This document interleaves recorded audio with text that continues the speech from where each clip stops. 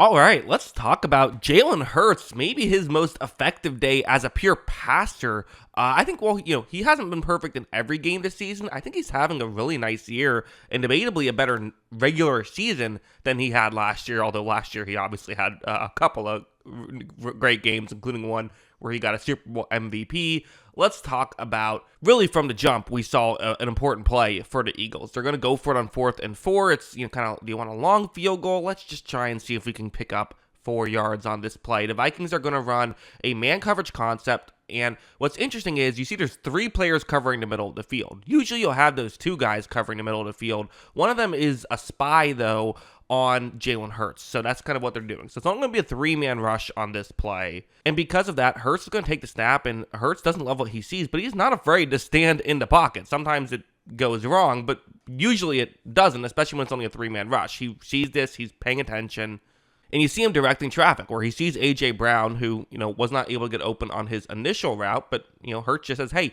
run down the field, there's nobody past you, and watch how that's exactly what you're going to see Brown be able to do, picks up the catch and is able to get into the end zone for a touchdown. And that's a huge play. I mean, had that pressure gotten there a little bit quicker, I know it's just a 3-man rush, but that still was really well blocked. Had Hurts maybe panicked and gotten rid of the ball too quickly, or had the pressure gotten there, or Brown not been able to make the play, that's a 7-point difference. Now let's head over here, because things definitely got stagnant for a while. The Eagles scored an opening drive touchdown on that play I just showed you, and it really took them a while before they got going again. I believe it was until about midway through the third quarter that they scored points again. Again, part of that was because there was a pick 6 that the Vikings threw. That just meant that you didn't have the ball for a good chunk of time, but still. I want to talk about the running game for just a touch. It's not working. The running game just isn't working. Watch how on this play, Vikings were ready for a rush, but do you see that gets blown up? The reality is that very few runs are creating positive situations for Hurts. So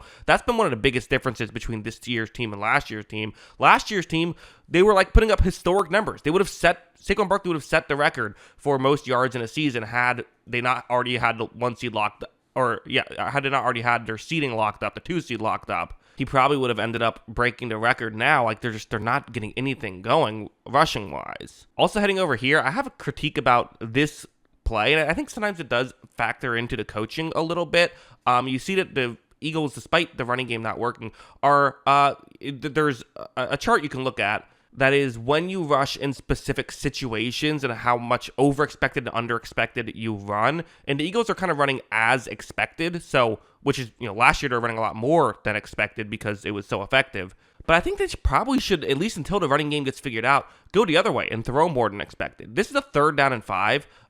They're up 5 points, so a field goal makes it an 8-point game. That helps, but doesn't make it a 2-score game. And as you see, they're just going to hand the ball off. They don't get anything and end up having to just kick a field goal, which they then missed. And okay, you don't expect to miss the field goal, but I get it. I think the idea is they would go for it on a 4th down if it's shorter, and so they're like, well, let's just run it and see if it works. Hey, maybe just trust your really good receivers and your really good quarterback to throw the ball here when the running game isn't working. That's kind of what I would say. But okay, enough negatives. Let's get into some positives for Jalen Hurts. Starting off with really, this is that play, so midway through the third quarter. We can sit here and say that on a down-to-down basis, the Eagles' offense looks clunky. But you know what? When they hit plays, they're not hitting 7-yard plays. They're hitting plays like this, which is a zone coverage concept. A.J. Brown's going more over the middle, where Smith's going over the middle and deep.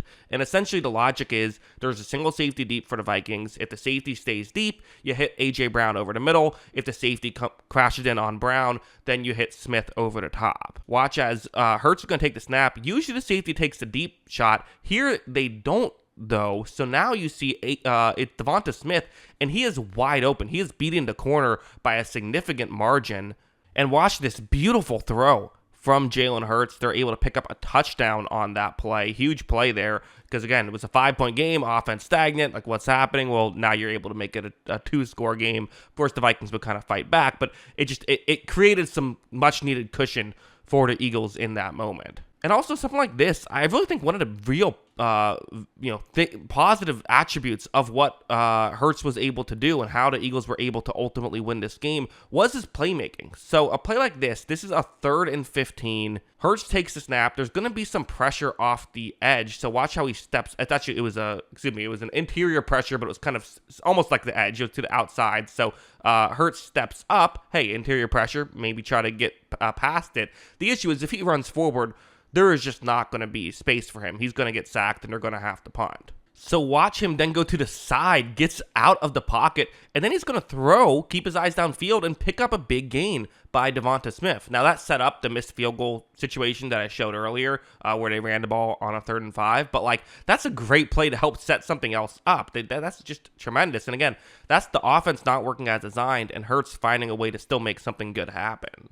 This one was another one where it's a 2-point game now, in 3rd and 13. I mean, if they don't convert this play, then, okay, now you're giving the ball back. A field goal will mean that you're down. I mean, this is, you really want to convert here, but it's 3rd and 13. So Hurts takes the snap. Nothing's really going to get open as designed, which makes sense. Again, the windows are going to be so small with the Vikings playing so far back. So you see Hurts, he's going to look down the field and says, hey, I can get outside the pocket. Let's do that. Watch as he is going to bide a little bit more time, and because of that, it frees up A.J. Brown, gives A.J. Brown enough time to keep working. He makes the catch on the sideline. They convert. They ultimately end up scoring a touchdown on that play. And in fact, let's even show the touchdown. Here it is. Also, correction. I said touchdown on the play. Touchdown on the drive, of course, is what I meant. You see, it's once again A.J. Brown, who is going to be running a one-on-one matchup as the number 2 receiver on this play, as in second closest towards the sideline.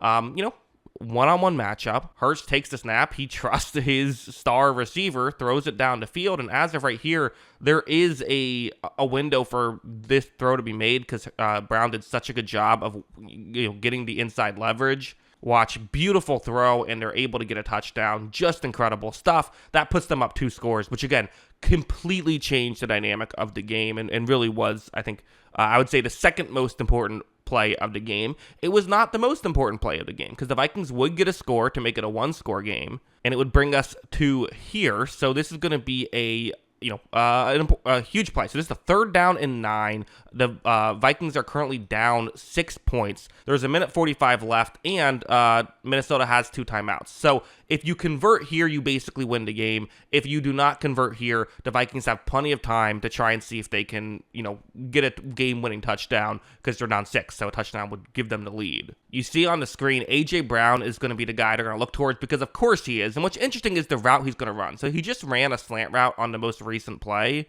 As you see, he's going to just kind of fake as though he's doing that again, which would make sense in this situation. You just need 9 yards, right? 9 yards is the same as 50. So, that's what you're expecting him to do. But instead, he goes down the field, and because of that, he gets wide open. So, really, it's not about getting the most amount of yards, just about making the catch. Does a good job, though, of not running out of bounds, making sure he gets tackled inbounds, and ultimately, the Eagles are able to run out the clock and get the victory. So, it's really good stuff. Again, the offense still isn't the smoothest right now. I think that's totally fair to say. They need to figure out how to get this run game working again, and once they do that, I mean, the good news is the Eagles can win in different ways. And even with their running game not working, I think they've been able to, in this game, they were kind of able to finally run out the clock just by throwing it downfield, which, hey, that's how they won the Super Bowl, right? Was late in the game. The Chiefs were doing a great job at stopping the run, kind of the only thing they were doing a good job at. And so the Eagles just kept throwing down the field and won it that way. Well, you see them do it again here. So, yeah, give Hurts a ton of credit. I thought he played great in this game. A.J. Brown, Devonta Smith, those guys really coming through, and really good protection up front. Run blocking needs to be better, but the protection's still good. At least that's what I think. What do you think? Let me know in the comments below. Always love hearing from you. And of course, as always, thanks for watching.